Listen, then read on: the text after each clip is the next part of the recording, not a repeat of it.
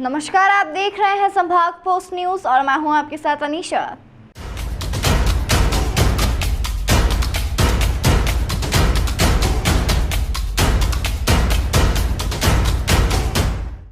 देश के सबसे स्वच्छ शहर और मध्य प्रदेश की आर्थिक राजधानी कहे जाने वाले इंदौर शहर में G20 का एक और आयोजन होने जा रहा है। 19 से 21 जुलाई तक G20 समिट में श्रम और रोजगार के मिनिस्ट्रियल लेवल ग्रुप की बैठक होनी है, जिसमें विभिन्न देशों के प्रतिनिधि और मंत्री भाग लेंगे।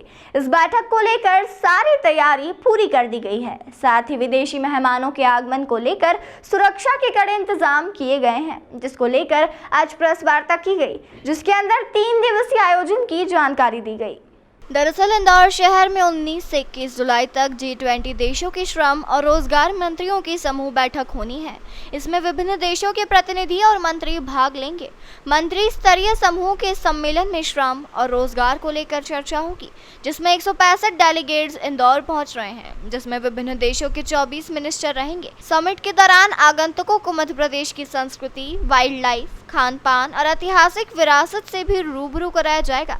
साथ ही मेहमानों का स्वागत पारंपरिक अंदाज में होगा और उन्हें शहर और आसपास के पुरातत्व महत्व की इमारतों को दिखाने भी ले जाया जाएगा। वहीं 19 को मांडू का भ्रमण कराने ले जाया जाएगा और 20 और 21 जुलाई को इंदौर का प्रतिष्ठित फूड मार्केट 56 दुकान पर ले जाया जाएगा, जहां 56 के खान पान से भी रूबरू कराया जाएगा।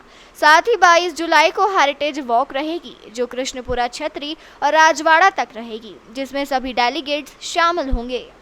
इसमें हमने 3 विषय आइडेंटिफाई किए हैं। एक है स्किल गैप मैपिंग, जो कि G20 देशों के द्वारा ILO और OECD को कहा जा रहा है कि वो ऐसा एक स्किल गैप एनालिसिस करें और उसका मैपिंग करें, जो कि सभी देशों के लिए उपयुक्त होगा और उनके काम में आएगा। पहला ये। दूसरा ये है गिग एंड प्लेटफॉर्म इकोनॉमी सभी देशों में बढ़ रहा है। Gig and platform is becoming a major issue and a major job creator in all countries. लेकिन उनका लीगल स्टेटस जो है, उसकी वजह से काफ़ी सारे सोशल सिक्योरिटी बेनिफिट्स उनको नहीं दिए जा सकते हैं अलग अलग देशों में। भारत ने इसमें पहल की है। हमने अपने सोशल सिक्योरिटी कोड में गिग एंड प्लेटफॉर्म वर्कर्स को डिफाइन किया है। हम शायद we were the first in the world to do so, give a definition for what is meant by gig and platform work. और उनके सोशल सिक्योरिटी के लिए भी सोशल सिक्योरिटी फंड का प्रोविज़न है सोशल सिक्योरिटी कोड में। तो इसको आगे ले जाते हुए G20 देशों में किस प्रकार से हम गिग एंड प्लेटफॉर्म वर्कर्स को सोशल सिक्योरिटी दे सकते हैं, ये हमारा दूसरा विषय है। तीसरा विषय है sustainable financing of social security.